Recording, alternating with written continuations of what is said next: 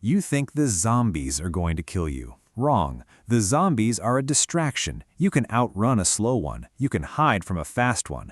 What you cannot outrun is biology, and the thing most likely to end you after a real collapse isn't a bite, it's a sip. The tap stops being safe almost immediately once treatment plants lose power. The river was never safe to begin with. Every puddle, every stagnant tank, every rain barrel that's been sitting open for a week is a cocktail of bacteria, parasites, and viruses waiting for a host. And here's the part that should bother you even before anything collapses. Contaminated water already kills more than 500,000 people a year, worldwide, right now, with hospitals open, treatment plants running, and pharmacies stocked. That's the death toll when the system is working. Take the system away, and that number only goes one direction. Cholera is the one to fear most. In its worst form, untreated, it can move a healthy adult from first cramp to fatal dehydration in under a day. Dysentery and rotavirus aren't far behind, and giardia will wreck you slower but just as surely if it goes untreated for weeks. Zoom out further, and the picture gets worse. Researchers tracking the global burden of disease put total deaths tied to unsafe water, sanitation, and hygiene at somewhere around 1.5 million people a year, even with modern medicine standing by to treat the survivors. None of those pathogens care how many rounds you've stockpiled. You don't need a bunker to survive the first year after a collapse. You need a way to make water safe, with nothing but sunlight and a container. That technology already exists. It's called SODIS, solar water disinfection. It's been studied and endorsed by the World Health Organization for decades, and it costs nothing. Here's the science, because this only works if you understand why. SODIS runs on 3 things happening at once. Miss one, and the whole process weakens. The first is ultraviolet A radiation. Sunlight carries UVA in roughly the 320 to 400 nanometer range. Clear plastic lets it pass straight through, and when it hits a bacterium, it doesn't just irritate it, it shreds the DNA inside the cell until it can't replicate anymore. The second is heat.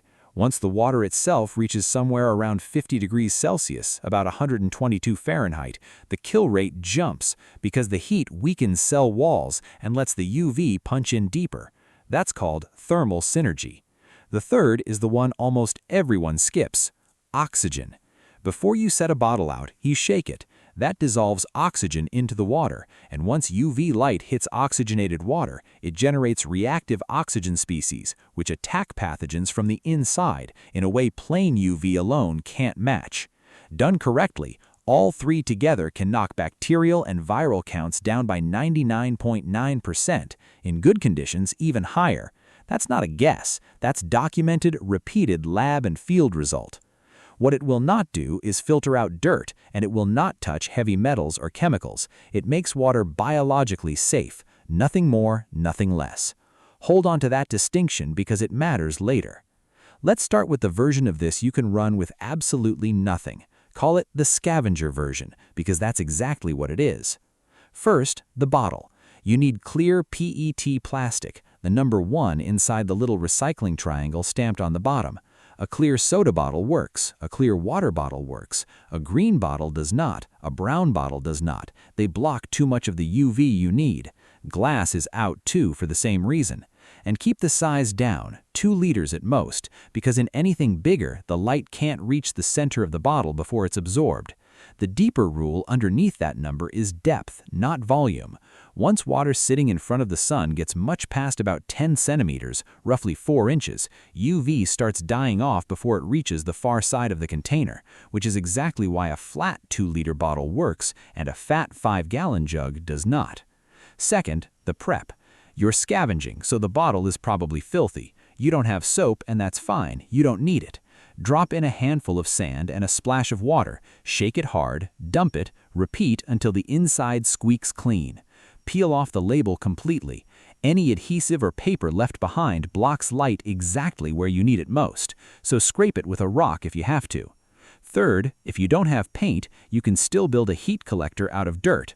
Find mud, mix it with charcoal scraped from a dead fire until it forms a black paste, and smear that across the bottom half of the bottle only. Leave the top half clear. The black half pulls in heat, the clear half lets light through, and you've just built a crude solar collector for free. Let it dry before you use it. Fourth, check the water before you commit a bottle to it. SODIS cannot fix murky water because suspended particles shield bacteria from the UV light like a tiny umbrella. If you can't read print held behind the filled bottle, it's too cloudy to treat directly. Build a quick filter instead. Cut the bottom off a second container or use a sock or a t-shirt and layer it. Charcoal on the bottom for absorbing toxins and odor, sand above that to catch fine particles, gravel on top as a pre-filter. Pour your water through that first, then test the clarity again before it goes into your SODIS bottle. It's slower than just filling straight from the source, but a single round through that sock filter is the difference between a bottle that actually disinfects in 6 hours and one that sits there for 2 days doing almost nothing because the bugs were hiding behind silt the whole time.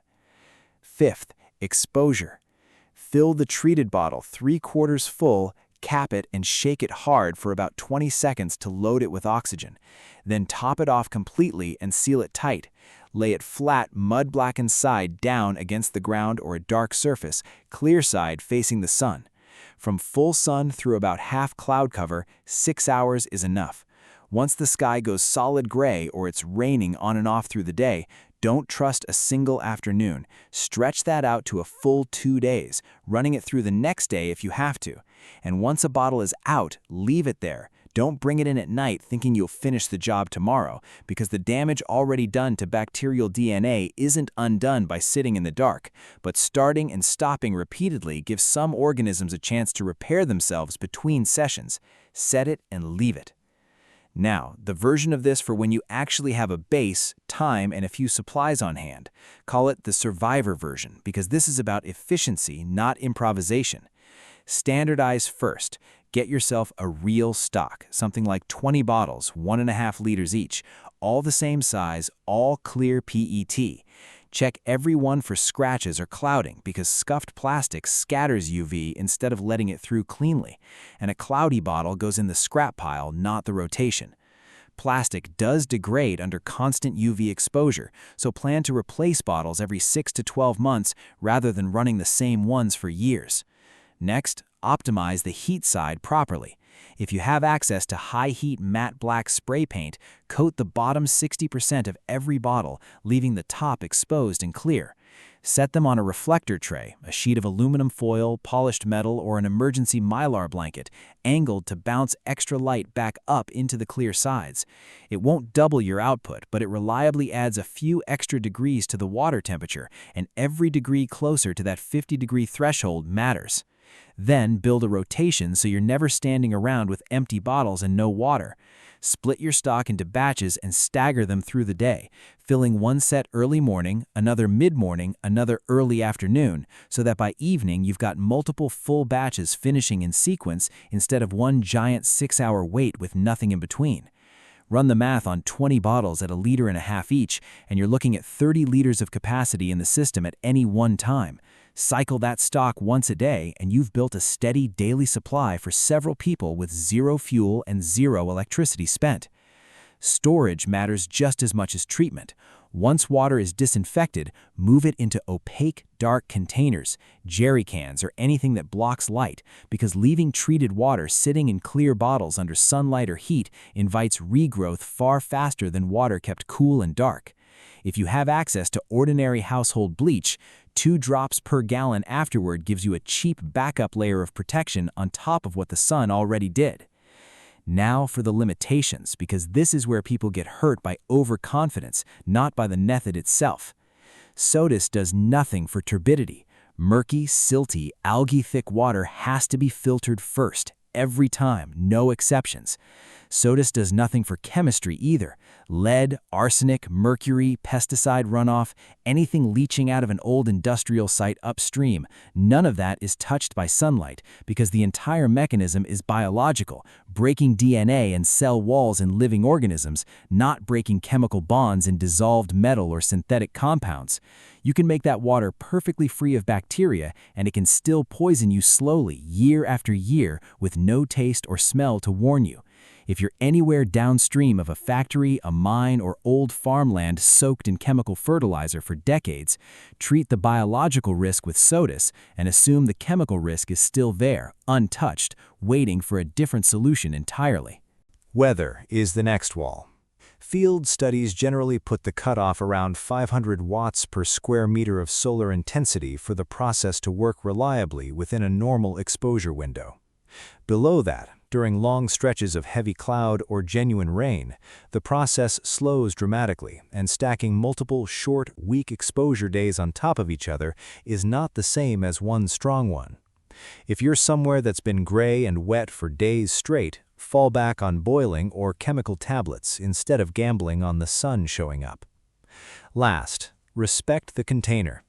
Stick to PET, the #1 plastic, and never reuse a bottle that once held chemicals, fuel, or anything with a warning label, and never substitute PVC. Watch the bottle itself in extreme heat. If it ever starts to feel soft, warp, or change shape in your hand, that bottle is compromised and done. Retire it rather than risk leaching from degraded plastic into your water. Here's the truth about what actually decides who makes it through the first year of a real collapse.